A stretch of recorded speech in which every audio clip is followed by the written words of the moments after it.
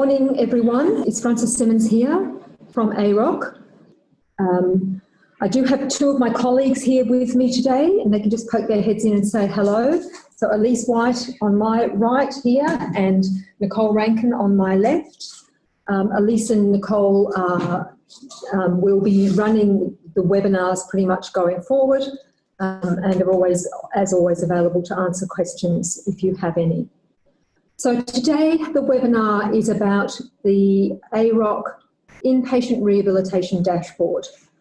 As you know, or as you probably know, in your suite of benchmarking reports that you get from us, you get a standalone dashboard report that's just the 2 pages that looks at all of the episodes at your particular facility.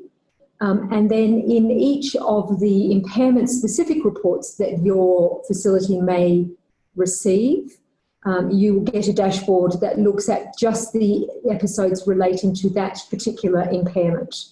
And I do believe in the All Impairments report, there is also a dashboard. So there are many dashboards. There is also a document that we have put together called How to Interpret Your Dashboard. And I will show you at the end of going through the dashboard, I will show you where on the AROC website you can access that. Excuse me. So we'll just launch straight in, if that's okay. You should have in front of you on the screen the dashboard, the inpatient rehab dashboard named Anywhere Hospital. So this is just a generic dashboard, and I'm just going to use that to be able to describe each of the elements of the dashboard to you. All right, we've got somebody else who can't hear yet, but hopefully they'll find the sound button soon. Okay, so this is the first page of the dashboard. There are a number of elements on the first page of the dashboard. We're going to look at this top left-hand element first, what we call the Quadrant Graph, just because it's divided in 4. The aim of this particular graphic is to plot every rehabilitation service that contributes data to AROC along the lines of the functional outcome they achieve and the length of stay that they take to achieve that functional change. The data that is in it is case mix adjusted, which means that we have taken into account the mix of cases at each of the individual services and adjusted for that so that the differences that remain are generally related to the processes of care provided by individual facilities. So the first thing to say is that each bubble is a service, and the size of the bubble relates to the volume of episodes that are sent into AROC. So that big green bubble that I'm hovering over here is quite a big facility that sends in a whole heap of episodes, and some of these tiny little dots are much smaller that send in many fewer episodes. The 2 intersecting bars relate, the vertical one relates to function, the horizontal one relates to length of stay. And so we plot your case mix adjusted length of stay and your case mix adjusted functional outcome along these points to give the point where your bubble sits. In terms of function, the more function, if you achieve a higher functional outcome than we would have expected, given your mix of cases, your bubble will be on the top end, the higher end of this vertical line. If you achieve a lower function than we would have expected, then you will be down on the lower end of that axis. In terms of length of stay, similar concept. It takes you a longer length of time to achieve the functional outcome you achieve than we would have expected given your mix of cases, then you're on the left-hand side of this horizontal axis. If you achieve that functional change in a shorter length of stay than we would have expected, then you're on the right-hand side of this axis. Okay, so I hope that makes sense. So what in fact happens is that if you and your facility, sorry, I should say your facility is the facility that has got the black circle around it. So this Anywhere Hospital, which is this made-up facility, is sitting very close to the origin, but in the amber quadrant. So in terms of the quadrants, so the green quadrant means if your facility is in the green quadrant, it means that you've achieved a higher functional outcome than we would have expected given your mix of cases, and you've taken a shorter length of time to do it. If you're in the red quadrant, then you've achieved a lower functional outcome for the patients than we would have expected given your mix of cases, and you've taken a longer length of stay than we would have expected. The two amber quadrants are obviously the what's left. You're achieving a higher function but taking a longer time, or you're achieving a lower function but only keeping patients for a short time. So there's a couple of points to make about this quadrant. It's about relativities. So every facility, as I said, every facility that submits data to AROC is on this graph, and therefore there will always be green people, there will always be red people, and there will always be amber people. So if you are in the red quadrant and you have the aim of getting yourself into the green quadrant, or at least one of the amber quadrants, then your rate of change has to be faster than everybody else's. Otherwise, everybody relatively moves together, if that makes sense. The other thing to point out is that it doesn't matter the colour of your bubble. If you're very close to the origin being the point at which you would be achieving exactly the functional outcome and the length of stay we would have expected given your mix of cases, if you're close to the origin, then it's a good thing. So if you're close to the origin and green or amber or red, I wouldn't really be worrying about it because you're very close. If you're one of the red bubbles and you're out here in the bottom corner of the red quadrant, then you probably need to understand why you are sitting there.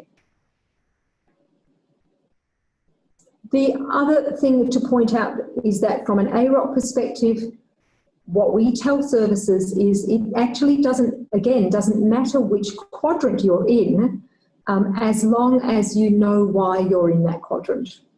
So if you understand your data and you understand the jurisdiction that you are sitting within and the limitations of that jurisdiction, then it may be appropriate that you're in the red quadrant. So if I use a very generic example here, for example, in the Queensland public system, many of the facilities have a longer length of stay than we say we would expect given their mix of cases, but the Queensland system has not got a very strong ambulatory rehab sector, and so the inpatient rehab facilities tend to keep the patients longer to get them to a higher level of function before they deem them safe to send back home. So there are many Queensland facilities that sit on the longer length of stay, but they are also achieving a higher function. So what we say is if you know why you are where you are, and it's a reasonable excuse or it's a reasonable reason why you are where you are, then that's fine. If you don't know why you are where you are, then we would suggest that it would be a good thing for you to get more engaged with your data and understand why you sit where you sit. And if you do know why you sit where you sit, and it's a reason that you can reasonably address in terms of improving processes, improving quality of outcomes, then we think that was something that you can address and go forward and do. Okay, at the bottom of this graphic, there is a little section that tells you what colour your service is, and it also tells you your trend from last year. So Anywhere Hospital was amber last year and is amber again this year, so you get the sort of sideways arrow. If you've got an up arrow, then you've improved your position. If you've got a down arrow, then your position has got worse than it was last year. Okay. Before I move on to the next element of the dashboard, I'll just pause for 2 seconds in case anyone's got any desperate questions that they want to write into the chat section, or if you haven't, I'll just keep going. No desperate questions? Very good. although maybe you just can't type that fast. Okay, top right-hand graphic. This is called performance against benchmark. What we're doing here is letting you know the proportion of all of your episodes that achieve the AROC published benchmark length of stay and functional gain. So as you know, every 6 months when we release the reports, we also release the benchmark length of stay and functional gain at a SNAP class level. Those are available on our website.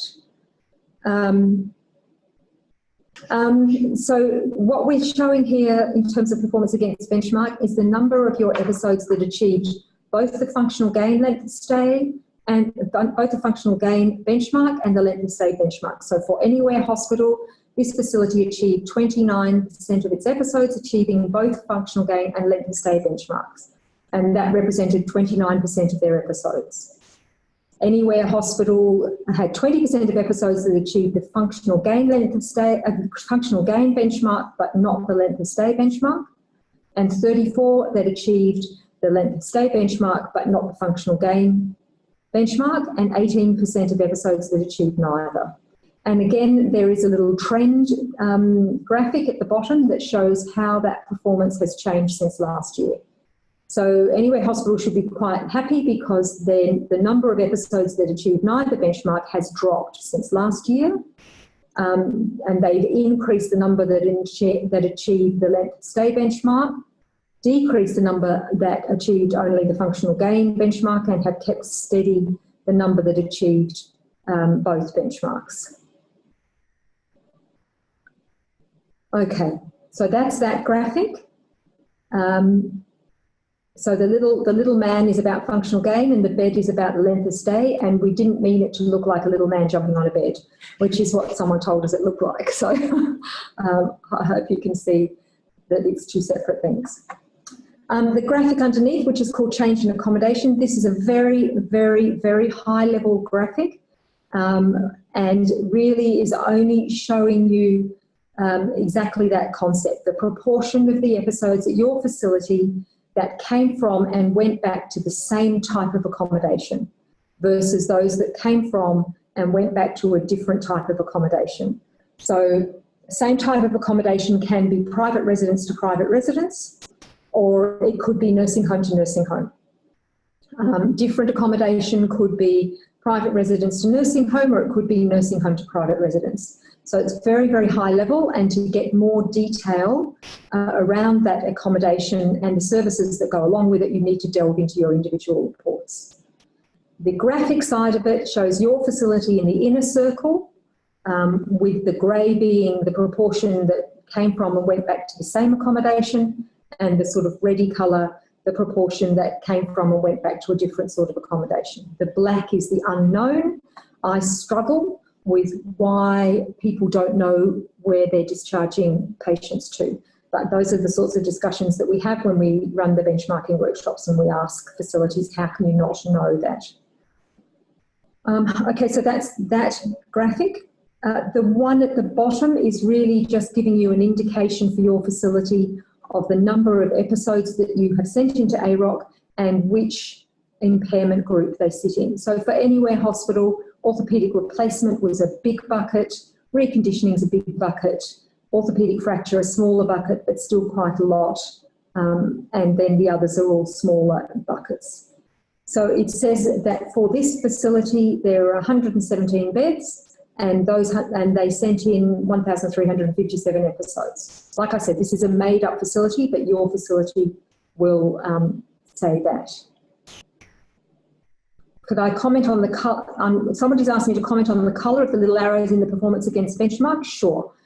So again, it's us putting a meaning on it. So because Anywhere Hospital's proportion of episodes that have achieved neither functional gain or length of stay has gone down, that's a good thing, so the arrow's green. If the arrow is grey, it's neither good nor bad. If the arrow is amber, it means that it's static.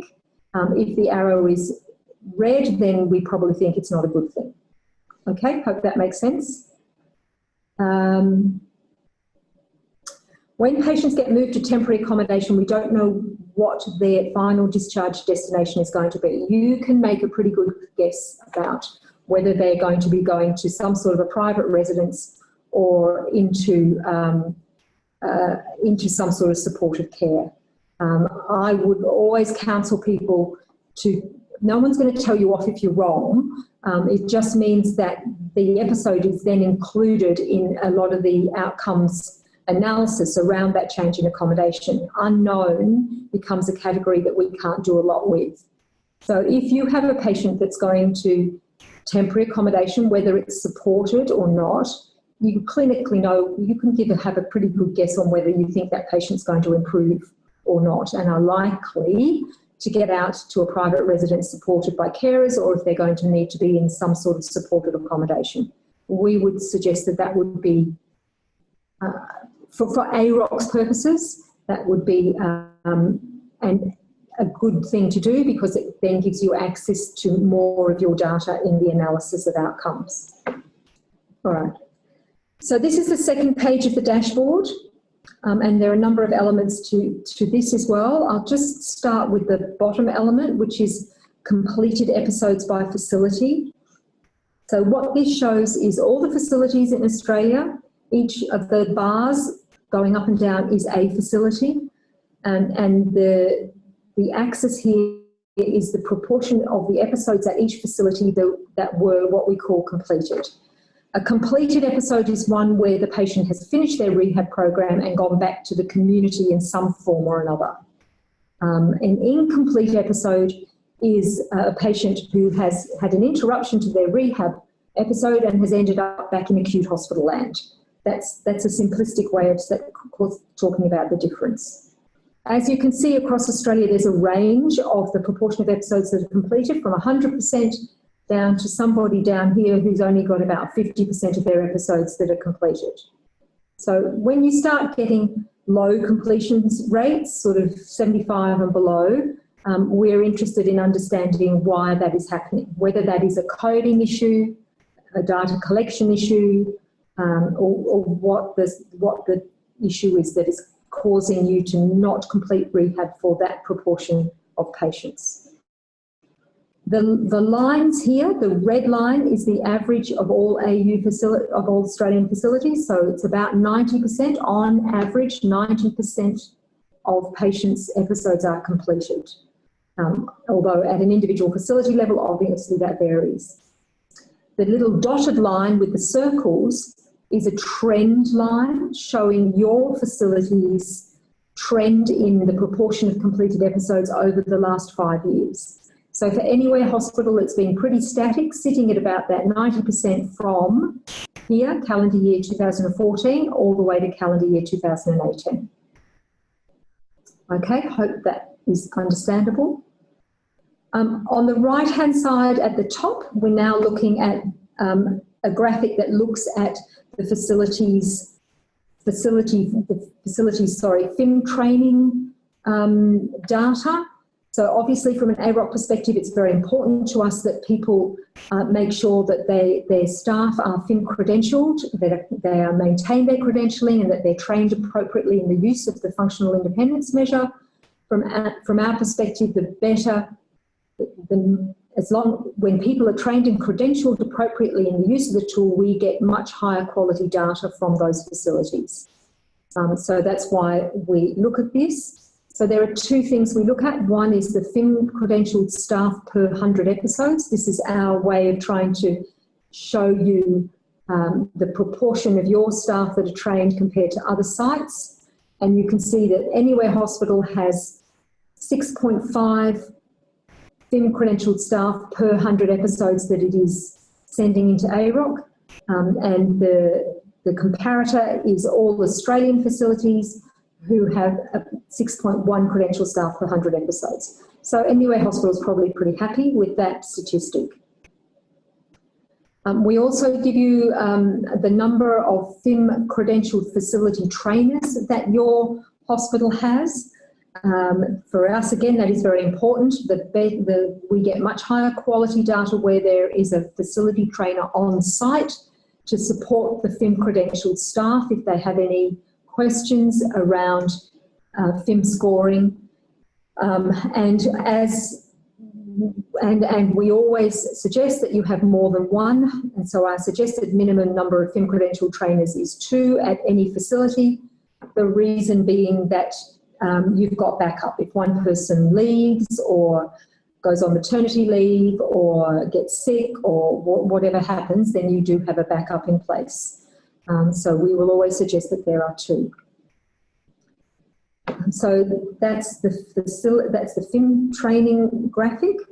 On the top left-hand side is a little table of what we call key indicators, and we're looking at each of these indicators for your facility and how it compares to all Australian facilities in this graphic. The indicators were, some were chosen by us, some were suggested to us by sort of our expert panel, who said that they would be good things to put in there. And we're always interested in feedback if people think there are other things that should be in and things that maybe should not be in. In terms of age is always there. Every facility that we know tells us that their patients are older and sicker than everybody else's. Sometimes it's true, but most often it's not true. In terms of this facility, the average age of all their patients is 74.7, which is pretty close to the Australian average of 74.4. It was suggested us that we put mortality rate in. It's very low in rehabilitation, thank goodness. For Anywhere Hospital, it's sitting at 0.1%. Across Australia, it's at 0.3%. Then we're looking at the percentage of impairments at your facility that have at least one comorbidity. 48%. Across Australia, it's 49%. The percentage with at least one complication, 24% at your facility, 23% at all Australian facilities. The proportion of episodes with start delays, so those are people who if all the ducks had lined up, could have come to rehab, but something happened, transport, or you needed to get a bariatric nurse or whatever. So start delays for Anywhere Hospital are 10%, across Australia then 9% of episodes have a delay in starting rehab. We've got days between onset and the beginning of the rehab episode. So onset is the time of injury. If you're thinking about things like stroke or hip fracture, it's the date that you had your stroke or that you fractured your hip. In terms of reconditioning, it's that question that says, what is the length of time since Mrs. Jones hasn't been able to get up the stairs, and you would say that it's the onset of her limited functionality. And so here, Anywhere Hospital is getting their patients within 11.4 days from their time of injury or onset. Across Australia, it's 11.8 days. And then the final one is the days between clinically rehab ready, when they could have come to rehab, and actually coming to rehab. And across Australia, people get them in pretty quickly. So it's only a 0.4 day delay, and it's the same across Anywhere Hospital and all Australian facilities. In terms of the colour, if you're green, it means that you're better than the average across all Australia. So the 0.1% mortality is lower than 0.3, and that's a good thing. Comorbidities don't have a colour because we figure you can't control the comorbidities that come into hospital. You get what you get, like age is you get what you get. People are whatever age they are. You don't have any influence on that. You don't have influence on comorbidities because it's something that someone comes in with. You do have control around complications potentially. Some of the complications, there are processes in place at hospitals like falls, things that can be put in place to limit falls, etc. So we do colour those. So red would mean that you are more than 10% lower than the average. Amber is within 10%, I think it's 10%, and green is where you are better than the average. So that's the same colouring applies to all these bottom 4 indicators. Okay, that's pretty much all I wanted to say about the dashboard. I'm just looking to see if there are some questions here. New Zealand. New Zealand data is not in this particular dashboard. New Zealand data is in the mix depending on the impairment. So there are some impairments, and it will tell you in the impairment specific report if they're looking at across Australia and New Zealand or just Australia. So for the specialist spinal cord injury and brain injury dashboards, they do consider across Australia and New Zealand. For things like orthopaedic replacements, they don't, because it's quite different models of care in Australia and New Zealand. So it will say on those impairment specific. There you go. I talked about the amber range. So hopefully I've answered that question. No, Marcus, well, we agree. It's at least one comorbidity and complication doesn't truly reflect complexity or resource utilisation, but it's not meant to in this particular graphic. This graphic is just meant to be a very high-level dashboardy graphic, that's all. If you want to look at more detail on complications and comorbidities, there's lots more information in the actual reports that we give you. This dashboard was our attempt at giving you a quick summary, something that you can show to somebody, wave in front of their nose and say, see how well we're doing, or see, look at this particular element, it looks like we need to talk about that, we've got some work to do ahead of us. It really is only meant to be a very high level summary. Okay, Ashley's asking, at Auckland Hospital, admissions on same day as referral are not accepted. Okay, that's a process of care for you guys. In terms of delays, we give 1 day's grace before we count it as a delay. So that's going to be okay. You're not going to get all your episodes saying that there are a delay. Will this podcast be available to view again on the website? Yes, we will do as we have done with the other webinars that we've done. We put it up on YouTube, and if you just go to the calendar of webinars on our website, there will be a link to the YouTube that you can watch it that way. I may get them to airbrush me before I put it up. So we'll see how that goes.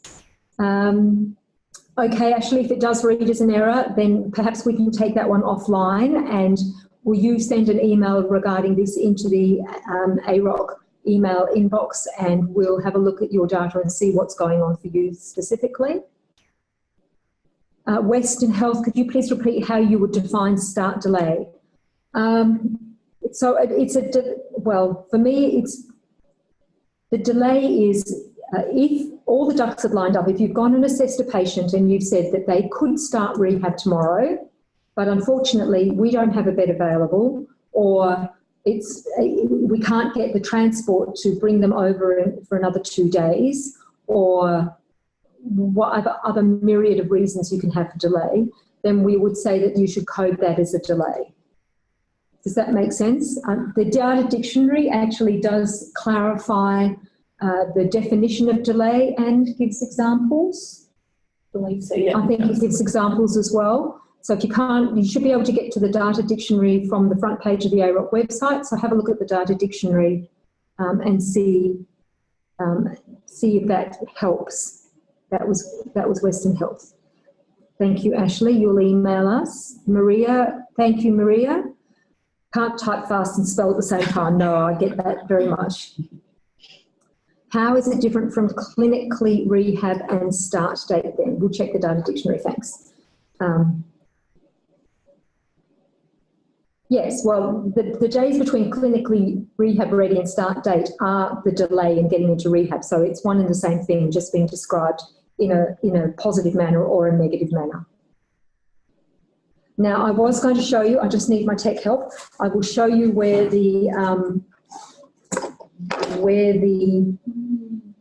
how to interpret your document is.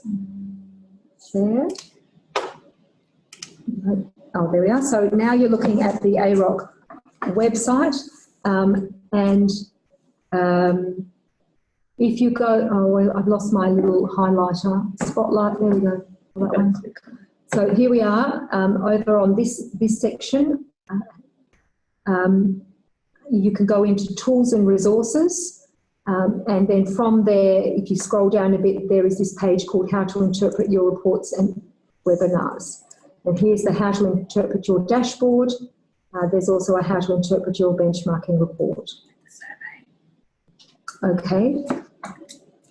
Okay, all right. Thank you, everyone. Thank you very much for your time. Appreciate it. For now, bye from us.